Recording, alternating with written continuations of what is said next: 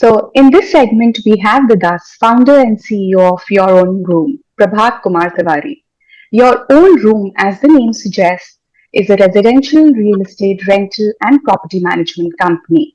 So, the company takes custody of residential properties and manages the entire rental process for the property owner. It has an AUM of 1 million square feet valued at approximately 400 crores, spread across 400 properties in Bangalore and Pune. So, welcome, Prabhat. Welcome on the show. It's a pleasure to have you. Sure. Thank you, Deepika. Thank you for hosting this show and inviting me. I look forward to the conversation. Yeah. So, Prabhat, like previously, starting from the beginning, you have worked with companies like Zensar, DXC Technologies, and so on and so forth. So, firstly, like, how did the idea of starting your own company, A, and B, that too into rental real estate came into your mind? Okay. So, I spent all my life, working for various technology companies prior to starting Your Own Room. And one of the reasons why I started, a venture of my own, let's put it that way, was I wanted to solve a real world problem and a real world problem at scale. And Okay. that's where I wanted to have a larger purpose. And at the right time, I just decided that let me do it. Mm-hmm. Now, real estate as a sector always fascinated me for multiple reasons. I think first and foremost, it's a very important pillar of our economy. Today, if you really look at real estate, they say that by 2030, it's going to be $1 trillion economy, Mm-hmm. right? Over the next couple of years or 3 years, they say it's going to be about close to 650 billion. Now, that's almost like 12%, 13% of our economy. So it's a fairly large thing. And it employs a good chunk of people, almost close to about 75 million jobs. And of that, one-sixth of it is residential real estate. So somewhere the whole sector got me excited. And if you look at it, there were so many disruptions that were happening in different form, and we're living in some very interesting times. It all started off with demonetization, and of course, some of these things happened after I started. But I always felt that the real estate sector wasn't as efficient, and it required a lot of people to participate to make it more efficient, etc. And there were so many, I would call it disruptions happening, either in the form of demonetization, in the form of COVID, which happened, and then there was, the current layoffs and recession. So there's always something or the other that's going on in this entire sector. And if you look at people, real estate touches everybody in some form or the other. I mean, today, if you look at people's wealth, you will see that real estate is a significant part of it. Mm-hmm. So that's where I thought that maybe I think I should build a company which kind of solves some of these problems and handholds the asset owners so that they're able to professionally manage the properties, and second, get more yields out of it, rental yields as well as capital appreciation, better economic returns out of it. And that's how the whole journey started. And initially we started with co-living, then we went from co-living to family, and then we went from rental to property management, and now we are basically a PropTech residential real estate rental and property management company with all the stuff that you just mentioned. Mm-hmm. So initially, Prabhat, obviously, I mean, demand on the other side, you must have faced supply issues also. Like, what was it to crack your first property, like get the property owner on board, the first one? When we started, we were very clear that we were solving two problems, right? The supply side and the demand side. And we were fairly clear that for us to be successful, it was very important to have good assets. Demand was always there. And if you really look at today, the country, whether it's Delhi or Bangalore or for that matter, any big city, there are people flooding to these cities for better opportunities. And they all want a decent place to stay. So demand was never a question. The larger question was, how do you secure good supply? And for us, a good supply meant a good location, and with all the amenities, safety, security, and so on. So that's how we started looking at it. Through our network, through our connects, we were able to get the first set of properties. And once we got the first set of properties, then it was all about making sure that we We're able to deliver good services to our asset owners. And then the word started to spread out. We had our own sales team and we reached out to different people and so on. Okay. So, currently you are managing the entire property for the owner. So, what is the revenue model like? Like, you take a charge of the services you provide at a flat rate from the owner, or is it a percentage of rent? Because obviously it fluctuates. Yeah. So basically, our business model is that, or our vision is that we basically want to help the asset owners by giving them professional rental and property management and giving them a higher economic return on their asset. So, what happens is we become the custodian of the asset. We make sure that from start till the end, over multiple years, we are managing the property and we charge a commission or a percentage of the rental. So Okay. that way, we have enough skin in the game, and our profit, whatever money we make, is based on the success of the owner, and that's how we do it. And in case there are any repair work that is required, and remember, when you're managing an asset over a period of time, the repair work is not limited to minor small work. Sometimes it's about doing some large repair work, large renovation, etc. Those are charged based on the actual size of the project, the scope of the project, and so on. But otherwise, it's just a flat fee that we charge to the owner. Okay. Sorry, a commission that we Commission. charge to the owner. Right, right. Yeah. So, you want to go a step further and discuss about the commission you charge so that probably more property owners are interested and come on board. Like, what is actually the commission structure as compared, and also as compared to your competitors, like, what is the charge you are putting for the property owners and what is the charge they are putting, for example? Yeah. So if you look at the competitive landscape today, there are multiple models in which people operate. And it's a very diverse set of models today that are coexisting. There are people who charge a one-time brokerage. Then there are people who charge a certain commission, which can range anywhere, maybe in the early double digits. Then there are people who pay rentals to asset owners regardless, which works typically in very large setups. But keep in mind that they have their own set of risks. When you take a large asset and you're just paying rentals, and if a COVID happens or if a rain happens the way it has been happening, right, which is not in your control, things can go out of whack. So to me, I think regardless of how people structure things, what is more important is two things. One is, are you on the same side as the owner, which means that are you invested in the same way in the success of the owner or not? And second, are you creating something which is sustainable? You don't want to create a business model which lasts for 1 year, 2 years, and then there's COVID or there are rains or there is recession and the model doesn't work. And then you have to come out of it. So we are looking at a long term, a 5 year, 10 year view in terms of a sustainable business model. And this has worked fairly well for us. And today, if you look at it, most owners sign up with us for multiple years. These are Mhm. typically 3 to 5 years minimum. And that's why our order books are fairly large. Our order books are as much as 7 times, 5 to 7 times of our revenue numbers. Okay, okay. So, in one of your articles, you had mentioned that one of your biggest differentiator is your PropTech platform. So, can you tell a little more about this? Sure. So if you look at the entire space, right, it Mm-hmm. is like walking the 9 yards. So let's look at it.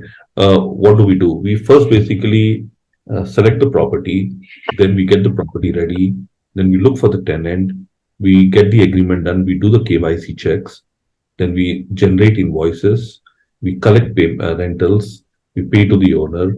If there's any service request, complaint, etc., we do it. If there's exit settlement, renewals, etc. So there are multiple processes involved throughout this entire journey. Now, obviously, first and foremost, you need a very robust system which automates everything. So, what we have done is we've built our own platform, which is a full-blown ERP, where every process that I just mentioned to you, including invoicing, payments, reconciliation, everything is all Okay, automated from start to end. So, okay, first is we have something which is done, and second, the same platform is used by us, and it's also used by our owners as well as used by our tenants. Owners use it to see what's going on in the property, the audits, the rentals, etc. And tenants use it to make rental payments and to raise invoices and so on. And all our business process is glued into this particular tech platform. And that is where we feel that this is one of our biggest differentiator. It gives us the ability to scale profitably and run our business consistently across multiple asset formats. Today, if you look at it, we manage a lot of co-living homes, which are shared homes. We manage family homes, and we are able to do this using this platform. Tomorrow, we may decide that we want to do senior living, or we may want to do student housing. I mean, whatever be the format, the platform becomes very easy to scale. So that's where we feel this is there. And plus, we operate multiple cities, right? Today, we have Bangalore and Pune. Yeah. And if you look at Pune, it's a very lean team. A core Mhm. team is sitting in Bangalore, and then we have a back office here where we do all the customer care and agreements. Tomorrow, when we add more cities, we don't want to create a very loaded team in the city. And this is Mhm. where you can have a very light team so that your technology takes care of most of it. Okay, interesting. So the space has many players, like since you also mentioned, and plus a lot of traction has come in 2018 and 19 into the space. So, like, what are your key differentiating factors from other players? I I feel uh, I feel this is a very large market. Let's look at it like that. Residential real estate in urban India is a $13.5 billion market. And if you look at the combined market share of all the competition, it is less than 5%. So we're talking about a large market, and we're talking about organized players having only a small percentage of it. So the reality today is that there are a lot of, I would call, independent brokers who are typically also running the show, they are also managing and so on. So question here is that you have to be very clear in in what segment you're playing, and whether you're playing only in a only in a discovery segment. Are you playing end-to-end rental management and property management, or are you doing student living? Are you doing co-living, etc., etc.? So I think first and foremost, you got to be very clear in which segment you're playing, because when you start looking at it as segment wise, you will see that there are not as many players as it appears to be. Number one. Mhm. Number Mhm. two, this is a lot about what I would call good operations and technology. Technology, operations, and asset. These are the three underlying pillars for you to do this successfully. I mean, a lot of Okay. times people think that I can build a portal and I can just get information and that may solve the problem. The reality is it may not solve beyond a certain point. So getting a good handle on these three is super critical. And this is where I think we've been able to do that fairly well, getting a good handle of the three and investing enough in making sure that we are able to deliver that. Right. Lastly, remember, there are also risks. When you're looking at a Mhm. business, it's not always about upside, it's about downside too. So you need to Mhm. protect yourself, either from a model perspective, from an asset perspective, so that in case there are downturns, the model still works and you don't collapse, right? You're not Mhm. fragile just to collapse. So what we have done, I think, as a business is we've built a fairly prudent business based on very strong, I would call it business fundamentals. And now we are at a point where we've gone through so many cycles and we've successfully managed through the cycles.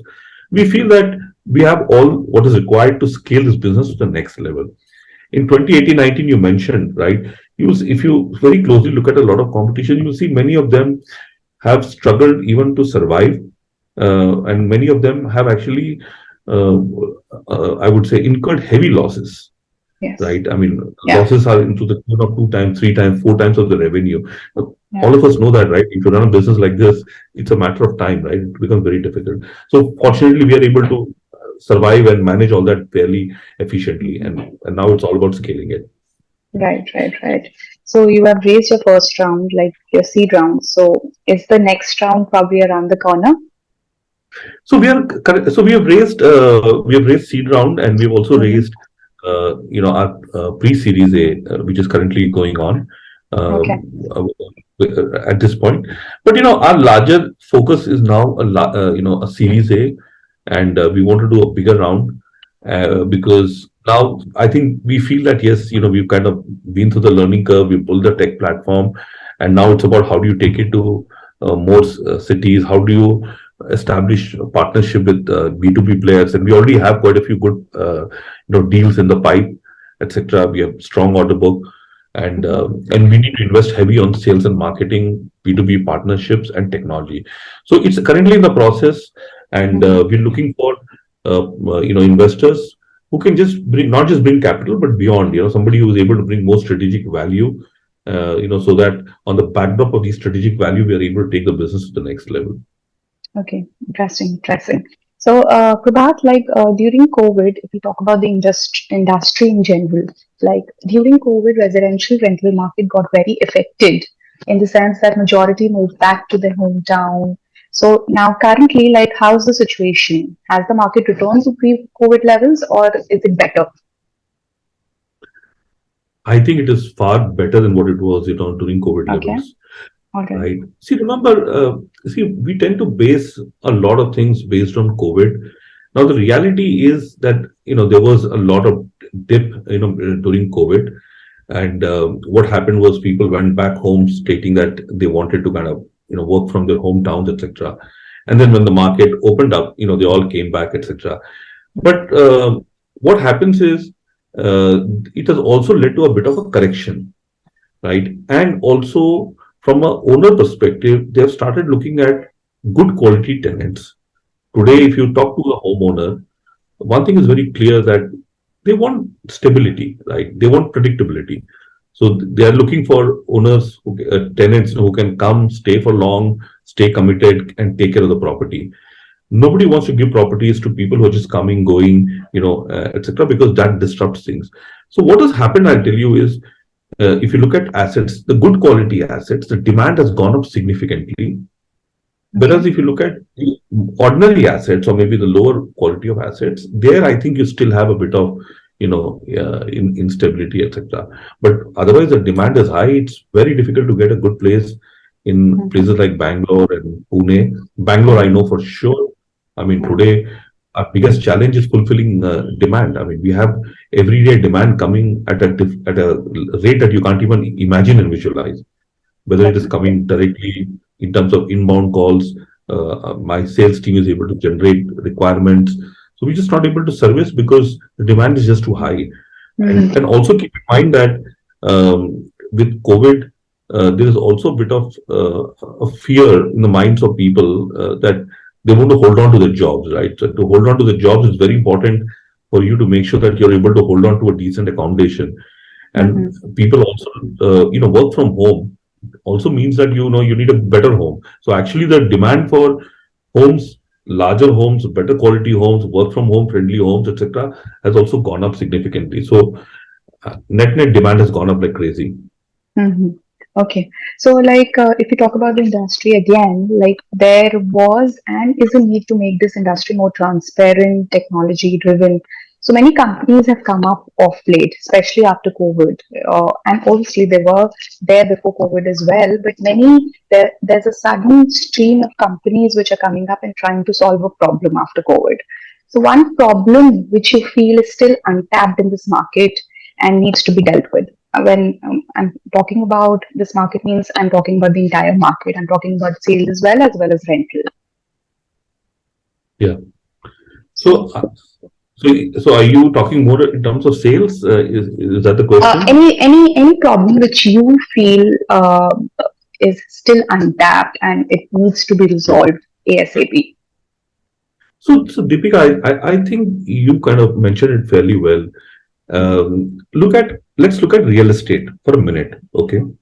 If you look at residential real estate, there are stages. The first stage is people buy homes. Mm-hmm. Okay.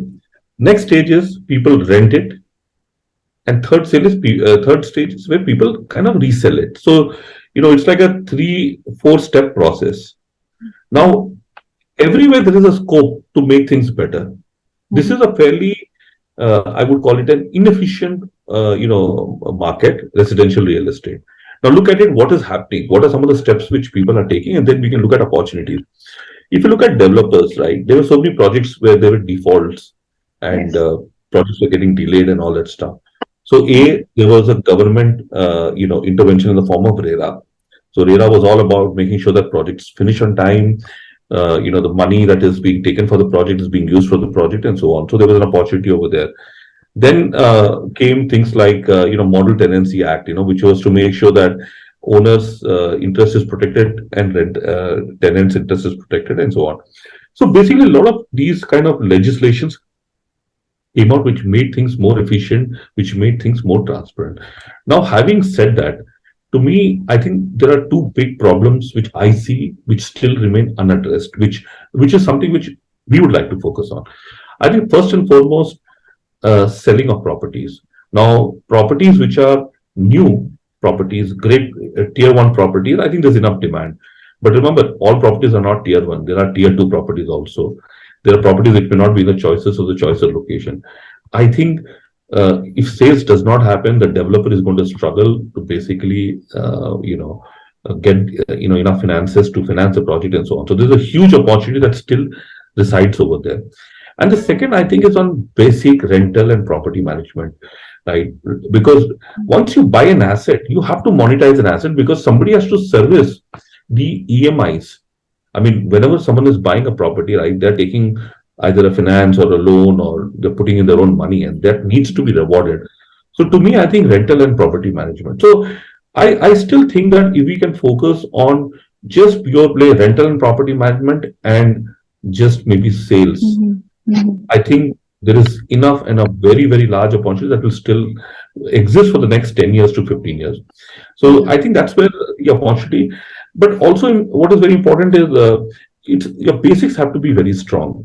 You can't be just picking some random assets. You can't be filling 10 people in one room or, and those kind of stuff. Right, right, Or you right. can't have, or you don't have, you have properties with last mile connectivities, which are not very safe.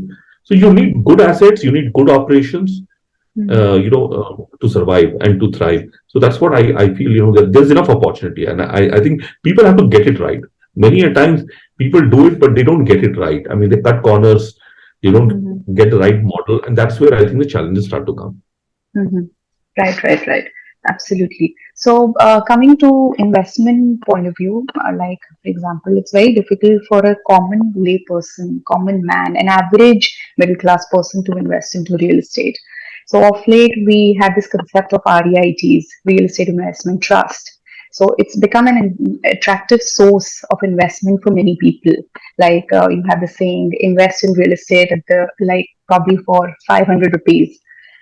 So, what is your take on the say real estate investment trust? How lucrative is that, and which funds you recommend for our viewers out there in case you want to? See, REIT, in my view, is a great instrument. You can consider it more like a mutual fund where, you're investing money in rental yielding assets. Uh, so, so you should look at REIT more like a financial product than anything else. Like you have your gold stocks, like that. You should be looking at it like that. Now, it is a good financial investment provided you've done all your research and you're investing in, reputed brands, etc., who have good assets, who are able to run the assets, etc., and so on. There are not too many today that exist in the market in India. Yes. It's a very new concept. You would have heard about embassies, REIT, but Yeah. it is still. But I'm sure if a tier one developer wants to run it or one of the top, real estate fund wants to run it, they can do it very well. So there's nothing much to recommend asset, but yes, I think it is the future for sure. It will be a great asset, a great instrument. But having said that, now there is a big difference between owning an asset versus investing in a real estate. And this is a choice which people have to make based on many factors. Now, when you invest in a REIT, you're just buying a share in a REIT. It's different than owning your own Oh, apartment or house or land, etc. So that's a big choice. Everybody has an aspiration to own an asset because an asset typically contributes to a big chunk of your wealth. And if you look mhm. at today, I mean, if you talk to people around you, you'll see that more than 50% of individual wealth is all attributed to real estate. So, Indians by design, they believe in owning real estate assets, and that is not going to change. Now, the Mhm. question is, when you're in, you're a typical middle class, what is the right asset to buy? It all comes down to, what is the kind of money that you like to invest in. And second, it is okay to buy a little bit in an early stage in a project so that you're not paying a premium. And B, you're buying in a good property. Don't buy in a property where there are question marks on the developer, right? Go for maybe tier one, top 10, top 15, etc. Mm-hmm. And also pick the right city. I mean, you don't need to own an asset in the city that you're living in. I mean, if you feel that there are better opportunities in Bangalore and Pune, you don't need to buy an asset in Delhi. You can go and buy an asset even in these cities. Or for that matter, there are a lot of these new tier two cities. Like I keep hearing great things about Jaipur, Bhubaneswar, Mm-hmm. Coimbatore. So the reality today is don't limit yourself, have Mm-hmm. a clear budget, and make the necessary investments, and you'll have to do a lot of homework before you finalize. But I mean, in Bangalore, Shobhas are great, Godrej, Rahejas, Yes. Adarsh, Prestige. I mean, there are tons of very good developers that I keep talking Mm-hmm. about, hearing about. Mm-hmm. So obviously, rightly said, Prabhat. I mean, I also feel like owning an asset is an emotional decision in India. Like we have been brought up like that. Like one has to have a property going forward. Like so. Getting back to my question, the next question is like buying versus renting is a dilemma almost everyone faces at some point in time. Currently, many youngsters are going for renting. So, according to you, like after what income stream should one go for investment in real estate? I think the decision to rent or to buy depends on multiple factors. And to me, first you have to be very clear why do you want, you have to be very clear whether, are you committed to a place or not, Hmm. right? That is the Right. first thing. Yes. That is, so if you're committed to, let's say you're going to be in a city, for the next 10 years, 15 years, or not, that's one. The second is, are you buying it to live or are you buying it to rent? Because the way you should look at it is very different. I mean, if you're going to be living, then even then your location becomes more important. Wherever you're going to work. If you're married, you have kids, then you've got to be very clear where are they, with the schools, their offices, Hmm. and so on. Hmm. So that is a very very critical decision. And third is depending on your budget, Hmm. right? And remember, when you're young, you can take a loan. I mean, nobody pays upfront anyways. Now, whether you Hmm. take a loan for 20 years or 30 years, does not matter, right? I mean, you're anyway servicing, and if you're buying something and staying there, you're also cutting down on your rental expense. There's no point you paying very high rental and staying in a rented place. So I think it comes down to these 5 6 factors and a good balance between 5 6 factors before you are able to decide. So there's no straight answer which I can give, but it will vary based on context to context. So that's Okay. what I would say. And the last point is, there's a lot of people who typically want to go back to tier two places. Hmm. Come from tier two towns or cities. You can get for the same price. You probably can get a bigger place in tier two cities. Hmm. And if you have the option, and you have more family staying with you, etc., that's also not a bad option. So Hmm. there are multiple factors, I think, that needs to be thought through, and then the decision needs Hmm. to be arrived at. Right. Right. Right. So another thing is obviously Prabhat, for our viewers out there, like for example, if you put yourself in the shoes of an average property investor, which kinds of properties and in which locations would you invest your money in? Yeah. So if I were to buy, invest in a property, first is Mhm. a decision between land and a apartment. I think there's a big decision there. That's a decision Yes. point, Mm. right? I mean, both of them have their own advantages, disadvantages, but you got to be very, very clear about that. Number one. Number two, I think location is super critical, because remember, at the end of the day, infrastructure in cities have its own limitations. You want to stay close to offices, shopping complexes, connectivity. You want to be, if there's a metro or a bus or whatever you're able to take, you need all that stuff. So location becomes very very critical. And then comes developer. To me, there are tier one developers and the good developers. There are even very good tier two developers, people who are able to deliver projects on time and do a good job. I would also keep that in mind. And last, remember, I would look at any real estate as a financial investment. So and I would do my calculation on what is my return. Return is a combination of capital appreciation and rental yield. Now, Yeah. a capital appreciation in a property, can be anywhere between 5 to 10%, roughly. A rental yield can be anywhere in the range of 1.5%, 2% to maybe 3, 4%. So this plus this, capital position plus, rental yield is going to be my overall return. So I would do that maths also, just to make sure that, if I want to sell it off after 10 years, it is still not a bad investment for me and so on. So that's how I would look at it, that I would urge people to look at it more as a financial investment.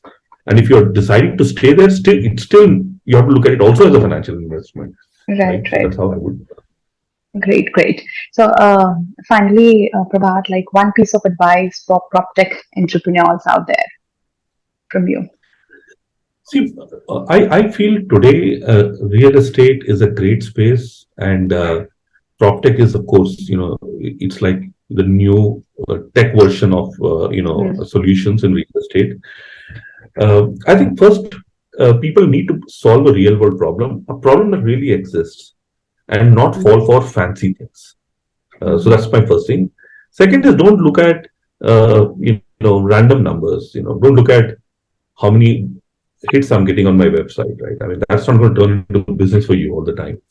Don't so focus on instead of all these vanity metrics, whether this or GMB or etc. etc. Focus on hardcore numbers, which is revenue, profitability, cash. Because this will help you move to the next level. Third definitely. thing I would also suggest is build a business, with strong foundation. uh, don't take a short-term view. This is not just a. This has to have a strong foundation, and you need to make sure you're building something which is also not fragile. You don't want to build something that lasts for 2 years and then something happens and everything collapses. So I would say go with strong fundamentals and focus on the right metrics and solve the right problem. Yeah, great, great. So, Prabhat, thank you for the session. Like, it was lovely interacting with you and getting insights from you about the industry, about your own room, and we spoke about a lot of things about the business. So, it was lovely to have you over and get your feedback about what investors can do for our viewers out there. So, thank you so much, Prabhat. Thank you so much, Deepika. Thanks for inviting. I really enjoyed the conversation. I really appreciate that. Thank you. Yeah, thank you, Prabhat. Take care.